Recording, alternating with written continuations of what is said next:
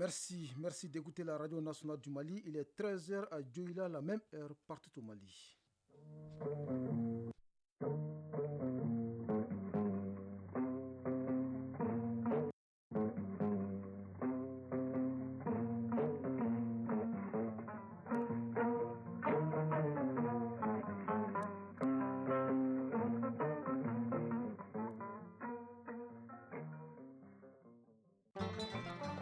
Mesdames et messieurs, bonjour et bienvenue dans la deuxième édition de Mali Actualité, une présentation de Salimata Dao. Et Bourama Traoré, voici les titres.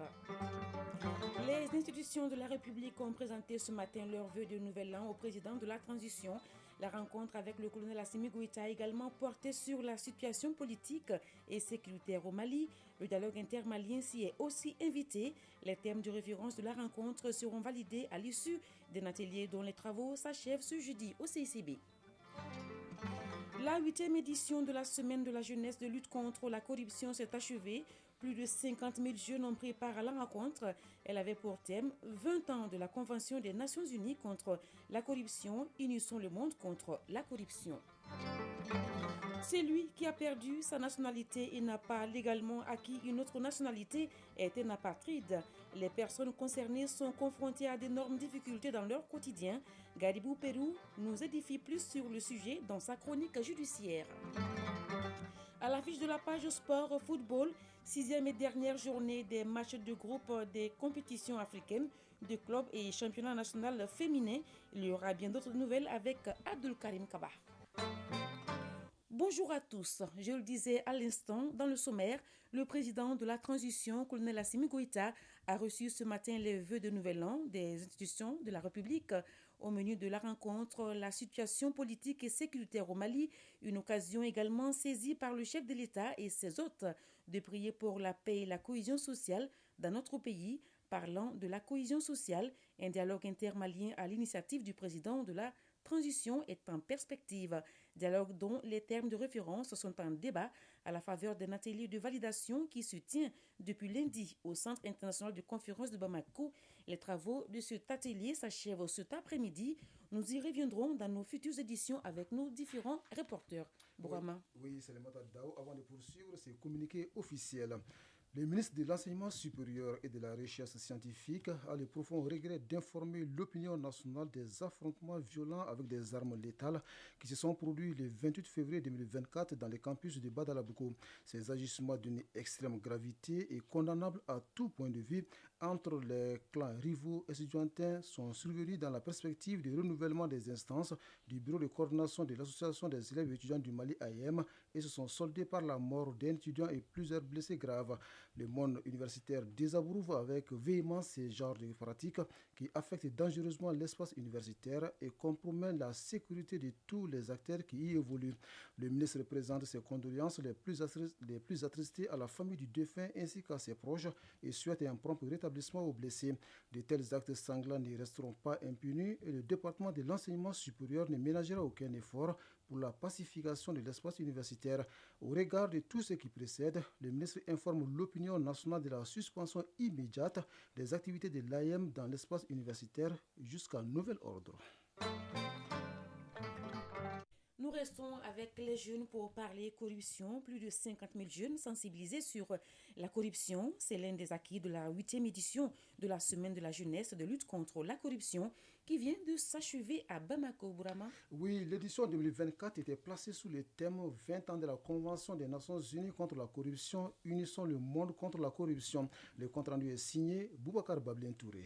Au terme de la 8e édition de la Semaine de la jeunesse de lutte contre la corruption, plusieurs activités ont été menées en lien avec la lutte contre la corruption, au nombre desquelles des rencontres de sensibilisation, des conférences-débats, des causeries dans les grains et des activités sportives. Un programme qui a permis la sensibilisation de 50 000 personnes. Mariam Djama-Sanogo, présidente de la communauté de pratique de lutte contre la corruption. La corruption reste un obstacle pour le développement économique et social du Mali.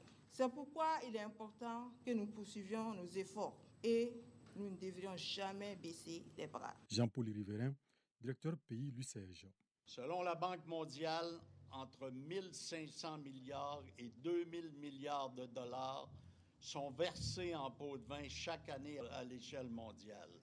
Transparency International estime que le coût de la corruption à travers le monde se situerait entre 1 500 milliards et 2 000 milliards de dollars américains par année. La semaine a aussi permis aux participants venus de tous les horizons du Mali de formuler des recommandations dont l'institutionnalisation de la semaine, la promotion de la digitalisation de l'administration publique, l'accompagnement par l'État de toute initiative de lutte contre la corruption. Aboubakar Sidiki Diarra, secrétaire général du ministère de la Justice et des Droits de l'Homme. La corruption est une pratique répandue qui constitue un véritable drame.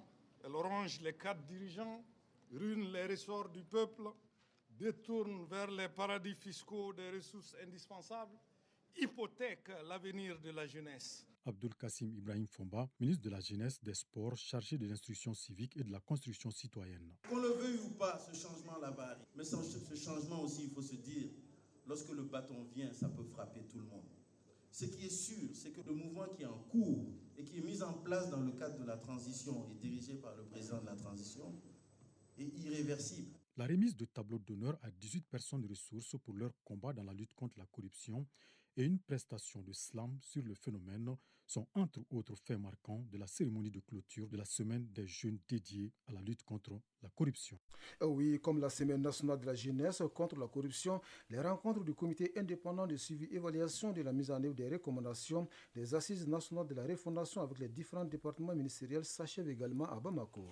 Effectivement, il s'agissait de faire le point de l'état de mise en œuvre des différentes recommandations et de dégager des perspectives pour réussir davantage le processus de refondation du Mali. On en sait plus avec Abdul Karim Kaba. À l'issue de 2 semaines de travaux, les membres du comité indépendant de suivi et évaluation de la mise en œuvre des recommandations des assises nationales de la refondation CNCR-ANR et les représentants des départements ont accordé leur violon quant à l'exécution ou la réalisation des recommandations. Maître Amadou Tchaoulendjara, coordinateur général du CNCR-ANR. C'est le lieu de saluer très sincèrement l'assiduité et les contributions remarquables des représentants des départements ministériels au cours des échanges. C'est la preuve éclatante qu'il y a de plus en plus une appropriation des outils de travail. Cette dynamique dont on a fortement besoin doit être entretenue de part et d'autre. Ces rencontres permettent d'harmoniser les données en vue de l'élaboration du 2e rapport du comité indépendant de suivi et évaluation de la mise en œuvre des recommandations des assises nationales de la refondation CNCR-ANR. Maître Amadou Tchaoulendjara. En dépit de quelques incompréhensions dues à des facteurs indépendants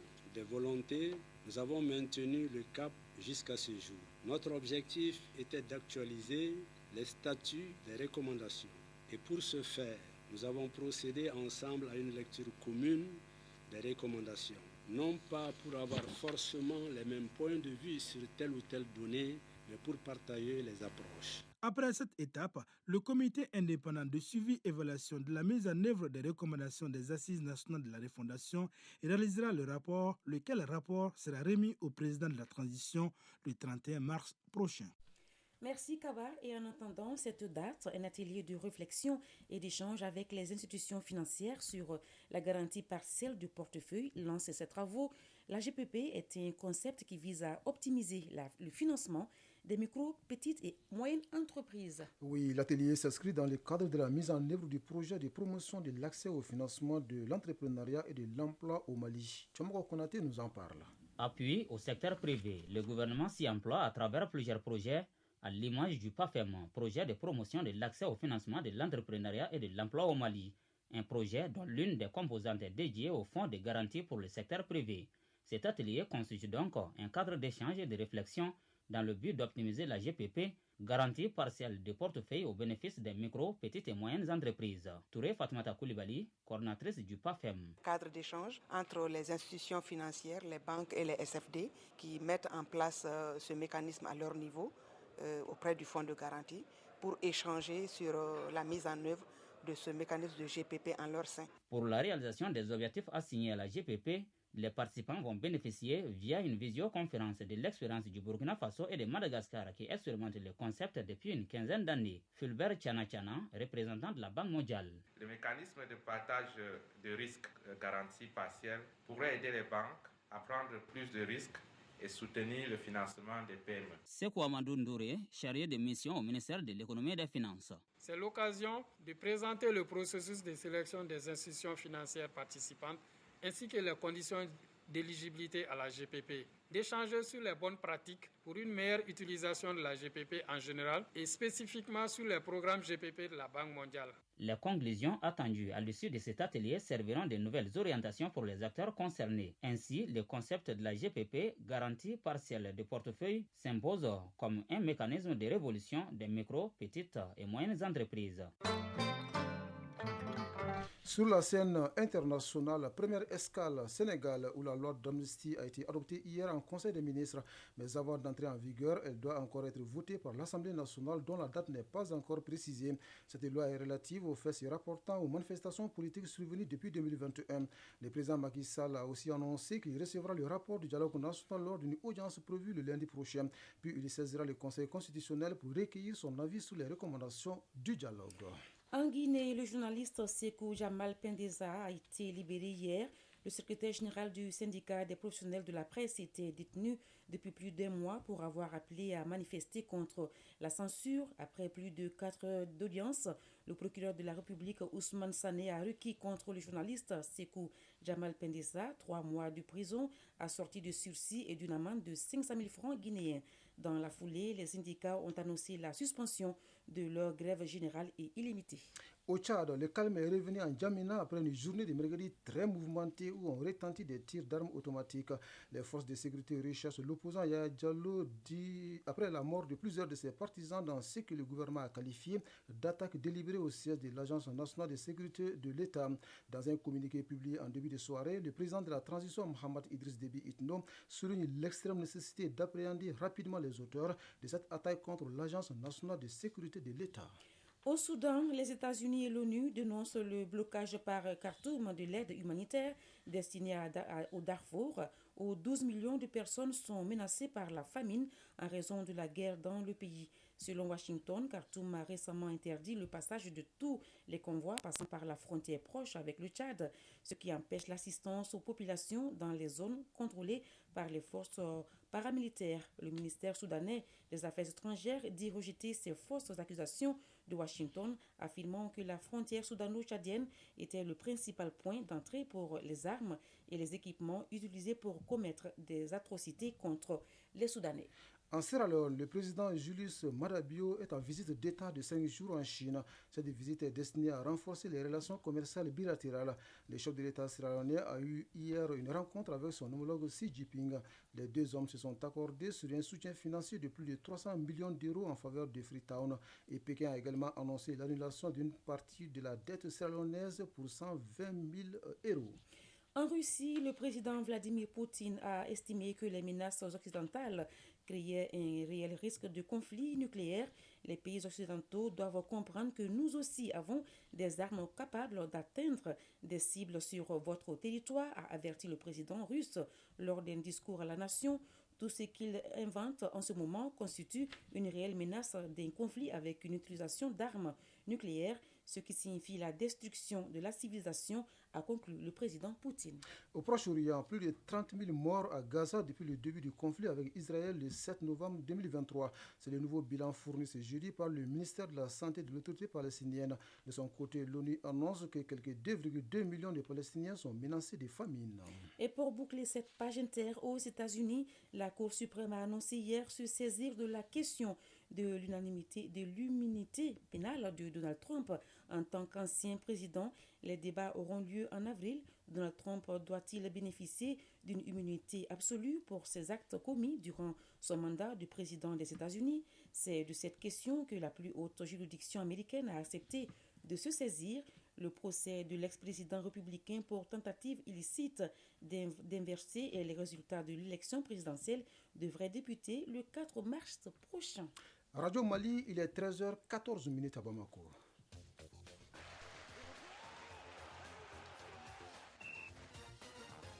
La page sport est ainsi annoncée. Sport, football sur le continent. L'actualité reste dominée par la 6e et dernière journée des matchs de groupe des compétitions africaines de clubs qui démarrent demain vendredi. Et toujours en football, la première journée du championnat national féminin a débuté hier, Mourama. Oui, Salimata Daou, dans la page sportive toujours, il est également question de la conférence de presse conjointe Commission de mobilisation générale pour la CAN 2023 et Fédération malienne de football. La synthèse de l'actualité sportive porte la signature de Abdul Karim Kaba. La Commission de mobilisation générale pour la CAN Côte d'Ivoire 2023 et la Fédération malienne de football ont animé hier une conférence de presse de restitution sur la participation du Mali. Elle était animée par la présidente de la dite commission, Kadiatou Aou, et le deuxième vice-président de la Fédération malienne de football, Modibo Koulibaly. Le point avec Bouraïma Diallo. Selon les conférenciers, les choses se sont bien passées malgré l'élimination du Mali en quart de finale. Kadiatou Aou, présidente de la commission de mobilisation de la CAN 2023. En tant que commission, nous avons eu régulièrement nos rencontres. Nous avons documenté tout ce qu'on a fait. Nous avons fait de telle sorte que les Maliens soient mobilisés. Nous avons établi des partenariats avec d'autres partenaires afin qu'on tienne la foire de la CAN ici à Bamako. On a suscité l'engouement et appuyé la mise en place des fan zones pour les Maliens qui ne se déplaçaient pas à l'extérieur du Mali. On a fait en sorte qu'il y ait un partenariat très étroit avec les médias. Il y a eu le transport, l'hébergement, la restauration et la mise à disposition des tickets de match pour soutenir les aigles dans cette compétition. Modibo Koulibaly, deuxième vice-président de la Fédération malienne de football. Le rôle de la commission pour nous, c'était de mettre les joueurs, c'est-à-dire l'équipe nationale, dans les meilleures conditions possibles, d'abord de préparation, de voyage et de séjour pendant toute la CAN. Et je pense que si vous vous souvenez, je pense que c'est l'une des rares CAN où l'équipe est partie dans les meilleures conditions. D'abord la préparation avec la mise à disposition de Kabbalah. Ensuite, après la préparation, c'est le voyage. Et l'État a mis à la disposition de l'équipe un vol spécial. Ils ont fait un vol charter qui a fait 2 tours, qui a amené les joueurs et ensuite le matériel pour l'équipe nationale, ce qui est quelque chose d'assez grandiose. Ensuite, le séjour là-bas s'est passé dans les meilleures conditions possibles. La commission de mobilisation générale pour la CAN est désormais dissoute et quant à la Fédération malienne de football, elle se tourne désormais vers ses nouvelles échéances. Toujours en football, championnat national de football féminin, la première journée a démarré hier. 5 rencontres étaient au programme de cette journée inaugurale. Dans le groupe A, sur le terrain de l'AS Real de Bamako, l'AS Mandé de la commune 4, championne en titre, et le grand favori pour le titre de champion, a dominé l'AS Momo de Sikasso 2-0. Sur le terrain de Djelibougou, l'AS Police s'est imposé devant l'AS Real de Bamako 3-0. À Kati, l'AS Saramaya de la localité a perdu 0-2 contre Centro UFC. Dans le groupe B, les Amazones de la commune 5 se sont largement imposés 6-1 devant l'association sportive Entente de Seracro sur le terrain de l'USFAS. Sur le terrain de la zone industrielle, les Super Lions d'Amdalaï ont battu l'USFAS par le minimum d'1-0. Cette première journée du championnat national de football féminin prendra fin cet après-midi avec à l'affiche l'AS Soudoubaba de Sévaré et l'AS Étoile de Bougouni. A noter que 12 clubs disputent cette année le championnat national de football féminin. Sur le continent, l'actualité reste dominée par la 6e et dernière journée des matchs de groupe de compétitions africaines de clubs qui démarrent demain vendredi.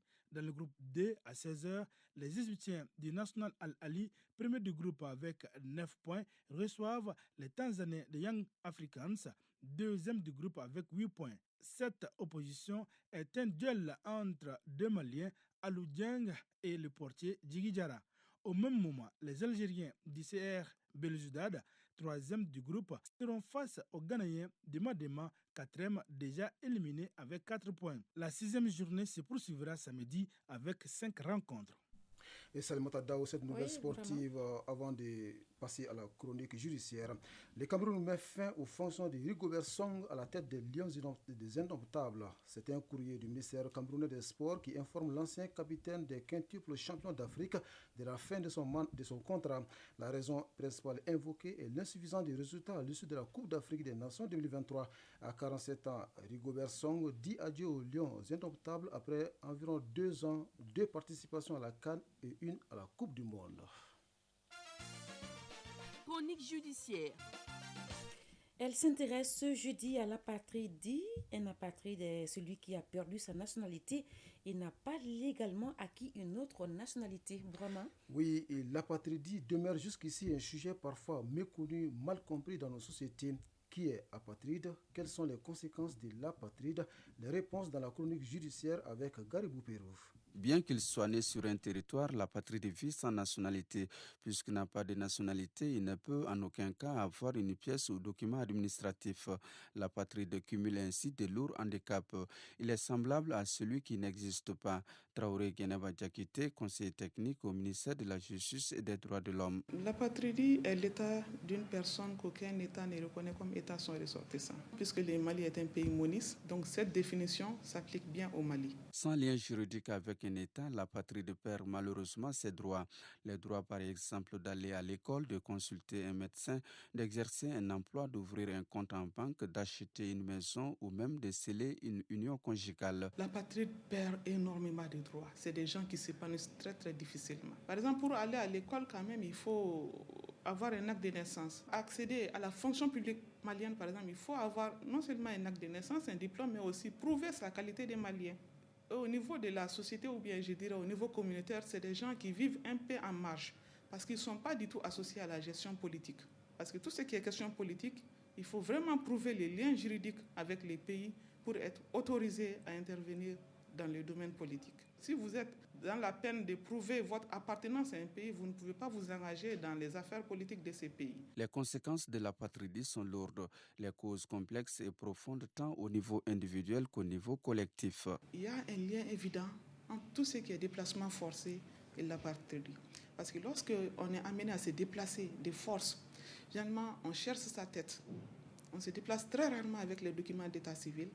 Et la situation conflictuelle, généralement, ça s'attaque même aux archives. Même au retour de la paix, vous allez avoir du mal à avoir les documents d'état civil. Je dirais, dans un langage banalisé, on dit la nationalité, c'est le droit d'avoir des droits. Lorsqu'on vous dénie alors ce droit d'avoir des droits, vous imaginez un peu les conséquences. C'est les liens juridiques qui attachent un individu à un État. C'est sur la base de ces liens que l'individu est en droit d'aller réclamer d'autres droits à l'État. Le phénomène ne touche pas que les migrants ou réfugiés, il touche aussi les gens nés sur place. Vous allez voir dans les coins les plus reculés, dans les villages, dans les hameaux, avec les nomades, les gens aussi qui vivent en zone frontalière. Vous allez voir, c'est des gens qui rarement font la déclaration des faits d'état civil. Les naissances ne sont pas déclarées. Même si c'est déclaré souvent, c'est des gens qui ne vont pas retirer, ou bien même en cas de perte, ne font pas le nécessaire pour retrouver l'acte. Donc, à la longue, ils vont se retrouver dans l'impossibilité de prouver leur lien juridique avec les pays. Et c'est des gens qu'on appelle les apatrides in situ. Chacun a droit à une nationalité, mais l'apatride lui demeure jusqu'ici un intrus, mal aimé au point de perdre le droit aux funérailles, aux obsèques. L'apatridie est ce malheur que beaucoup transmettent à leurs enfants qui, à leur tour, font passer à la génération suivante. Oui, avant de boucler cette édition, nous revenons sur ce communiqué officiel. Le ministre de l'Enseignement supérieur et de la Recherche scientifique a le profond regret d'informer l'opinion nationale des affrontements violents avec des armes létales qui se sont produits le 28 février 2024 dans les campus de Badalabougou. Ces agissements d'une extrême gravité et condamnables à tout point de vue entre des clans rivaux estudiantins sont survenus dans la perspective du renouvellement des instances du bureau de coordination de l'association des élèves et étudiants du Mali AEM et se sont soldés par la mort d'un étudiant et plusieurs blessés graves. Le monde universitaire désapprouve avec véhémence ces genres de pratiques qui affecte dangereusement l'espace universitaire et compromet la sécurité de tous les usagers qui évoluent. Le ministre présente ses condoléances les plus attristées à la famille du défunt ainsi qu'à ses proches et souhaite un prompt rétablissement aux blessés. De tels actes sanglants ne resteront pas impunis et le département de l'enseignement supérieur ne ménagera aucun effort pour la pacification de l'espace universitaire. Au regard de tout ce qui précède, le ministre informe l'opinion nationale de la suspension immédiate des activités de l'AIM dans l'espace universitaire jusqu'à nouvel ordre. Ce communiqué met fait donc un terme à cette édition, à la mise en ligne Sékou Traoré, aux manettes Bintou Traoré, c'était au micro Salimata Dao. Et Bourama Traoré, restez connectés sur votre radio nationale. Tout de suite, Moussa Koulibaly s'installe pour la lecture des avis et communiqués. Merci à vous de nous avoir écoutés. Merci et bonne suite de programme sur Radio Mali.